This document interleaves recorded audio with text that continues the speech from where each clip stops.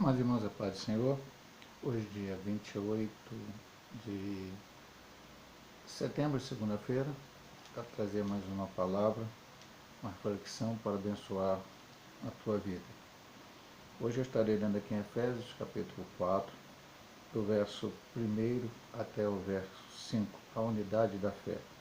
Rogo-vos, pois eu, o preso do Senhor, que andeis como é digno da vocação com que fostes chamados, com toda humildade, mansidão, com longanimidade, suportando uns aos outros em amor, procurando guardar a unidade do Espírito pelo vínculo da paz. Um só corpo e um só Espírito, como também fostes chamados em uma só esperança da vossa vocação, um só Senhor, uma só fé, um só batismo.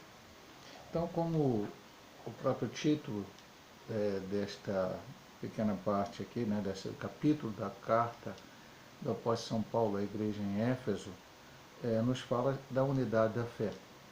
E o que significa isso, pastor? Unidade do que você fé aqui é o que você crê, é como você acredita. E especialmente aqui nós estamos falando, aqui não é fé exatamente para alcançar uma bênção, uma cura, uma porta de emprego, não. Aqui no sentido maior é o que você crê. Após São Paulo diz lá na carta de Timóteo, eu sei em quem tenho crido e sei que é poderoso para guardar o meu tesouro. E a parte toda ela está vinculada, toda ela está ligada. Principalmente o versículo 4 e 5 que diz, há um só corpo, um só Espírito, como também foi chamado em uma só esperança da vossa vocação, um só Senhor, uma só fé, um só batismo. Então diz um só corpo, um só Espírito, uma só esperança, um só Senhor, uma só fé e um só batismo. Mas eu quero falar nesta pequena reflexão que vamos fazer aqui com os irmãos, para os irmãos, apenas nessa parte aqui. Um só Senhor. Coisa importante para a gente entender e saber e reconhecer é que muitas pessoas querem ter Jesus como seu Salvador. Logicamente muitos nem isso querem, né? Mas muitos até o querem como Salvador, mas não querem Ele como Senhor. Salvador é aquele que te salve, é aquele que te ajuda, é aquele que te propicia as suas condições de ter novamente o contato com Deus, aquela comunhão perdida pelo pecado lá no jardim do Éden, de Adão e Eva. E isso o Senhor Jesus Cristo Ele é o único Salvador. A Bíblia diz claramente que não há outro Salvador, não há outro nome pelo qual possamos ser salvos, a não ser o nome de Jesus Cristo. Mas há uma outra face, há uma outra parte que precisamos entender, e o texto aqui nos fala. Senhor. Senhor é aquele que comanda, é aquele que está à frente. Se há um Senhor, há também servos. Se há alguém que manda, existe aquele que obedece. E ele diz aqui, existe um só Senhor. Assim como Jesus Cristo, ele é o único Salvador, também precisa ser para nós um único Senhor. Precisamos, nós cristãos, remidos e lavados no sangue do Cordeiro, procurar que as nossas atitudes, as nossas ações, a nossa maneira de viver seja pautada pela direção deste Senhor. Ele, o nosso Senhor Jesus Cristo, antes de sair deste mundo, chamou os discípulos e disse, não vos deixarei órfãos, mas enviarei outro Consolador, e é o Espírito Santo que foi derramado sobre a igreja. Também, meu amado irmão, minha amada irmã, ele deixou para nós a sua palavra, o seu Evangelho.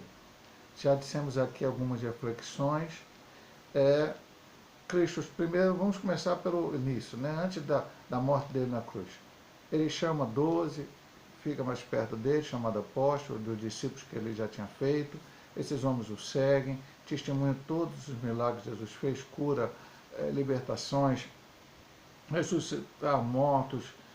Alguns passaram uma parte mais especial com Cristo, como Pedro, Tiago e João, uma transfiguração. Pedro chega a citar isso na sua carta. É, é, passaram por o Getsemane, a oração, enfim, tudo aquilo. Depois ele morre, eles ficam um pouco decepcionados a princípio, né? Parece que aquilo tudo que eles criam tinha caído por água abaixo, mas ele então começa a aparecer aos seus discípulos de várias maneiras diferentes, em vários momentos. A Bíblia registra cerca de 10 aparições, até que na última delas ele dá as suas últimas ordens. Está registrado lá em Mateus capítulo 28, Marcos 16, Lucas capítulo 24, Atos Apóstolos capítulo 1, vários momentos em que Cristo aparece aos seus discípulos pela última vez e os orienta a pregarem a palavra, a levar esse evangelho a toda a criatura. Então é estabelecida ali a igreja. Pedro recebe o batismo com o Espírito Santo depois de 10 dias de oração, depois desta última aparição de Cristo e a sua assunção aos céus. E aí começam a pregar a palavra, 3.000 almas aceitam Jesus na primeira pregação de Pedro. A igreja vive junta, muitas coisas acontecem. Depois Deus salva Saulo de Tarso e depois o chama para o ministério missionário. E a igreja cresce. Esses homens são perseguidos, são mortos, exceto João, que morre de morte natural. E começam a escrever o que hoje nós temos como Novo Testamento. Quando foi escrito, não era, naquele momento, considerada uma palavra inspirada por Deus. Paulo escreveu cartas, Mateus, Marcos, Lucas e João escreveram relatos históricos sobre a vida de Cristo, além de Lucas ter escrito também o livro chamado Atos Apóstolos, e depois lá no final João escreve o Apocalipse, mas nada disso aqui era considerado. Eles morrem, até o João morrer, vêm os pais da igreja, que são aqueles que vêm, aquela geração que vem depois da igreja primitiva, aqueles que lidaram com os apóstolos, ouviram o evangelho da boca deles, e aí começam a surgir heresias na igreja. Então a palavra de Deus é colocada, é feita muitas reuniões e colocada que esses são os livros que têm a inspiração divina. A Bíblia como chegou até nós. E a Bíblia é a palavra de Deus para que nós entendamos a sua vontade. Pastor, Deus não fala de outra maneira hoje? Sim, desde o tempo do dia do Pentecostes, Deus fala de várias, mas até no Antigo Testamento também Deus falava. Deus pode usar pessoas com dom de profecia, Deus pode dar revelações, Deus pode dar visões, Deus pode dar sonhos. Acreditamos em todas essas coisas, mas jamais acreditamos que qualquer uma dessas coisas irá contrária à Bíblia Sagrada, à Palavra de Deus. Portanto, precisamos, para entender esse senhorio de Cristo, Ele é o único Senhor, voltarmos para a sua palavra. Vou falar rapidamente algumas coisas aqui. Um só Senhor significa que a obra da redenção que Jesus efetuou é perfeita e suficiente, que não é necessário nenhum outro redentor ou mediador.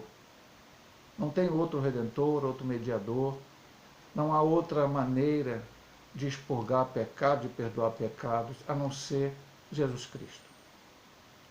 Infelizmente, inventaram-se muitas coisas. A Igreja Católica inventou o purgatório. Então você vai para um lugar, você não foi tão bom o suficiente para ir para o céu, nem tão ruim para ir para o inferno, e ali as pessoas pagam coisas aqui na Terra para a Igreja Católica, missas, enfim, essas coisas, e a pessoa então ali, por causa dessas rezas, dessas orações, acaba indo para o céu. Não, meu amado irmão, o sangue de Jesus Cristo nos purifica de todo pecado. Não há nada que possamos fazer para pagar isso. Então Ele é Senhor. O que Ele fez foi definitivo. A sua obra na cruz do Calvário foi definitiva. Foi a final, foi aquilo que precisava. Não precisamos de mais nada, a não ser o que Cristo fez na cruz do Calvário. Foi suficiente para mim e para você. E o segundo ponto que queremos falar também sobre este senhorio do Senhor. Um só Senhor significa também que devotar lealdade igual ou maior a qualquer autoridade secular ou religiosa que não seja Deus está errado. Precisamos nos devotar na nossa vida, acreditar, crer apenas no Senhor Jesus. bem antes de Jesus, lá no Novo Testamento, no Antigo Testamento, aconteceu algumas situações dessa questão de autoridade. Com Sadraque, Mesaque e Abednego, os amigos de Daniel, que quando o rei falou, ajoelha diante dessa imagem, disseram não. E vão ser lançados na fornalha? Pode lançar. Deus vai me livrar. Se não quiser livrar, apenas não nos prostraremos diante dessa imagem. Então não podemos nos prostrar diante daquilo que a secularidade nos mostra.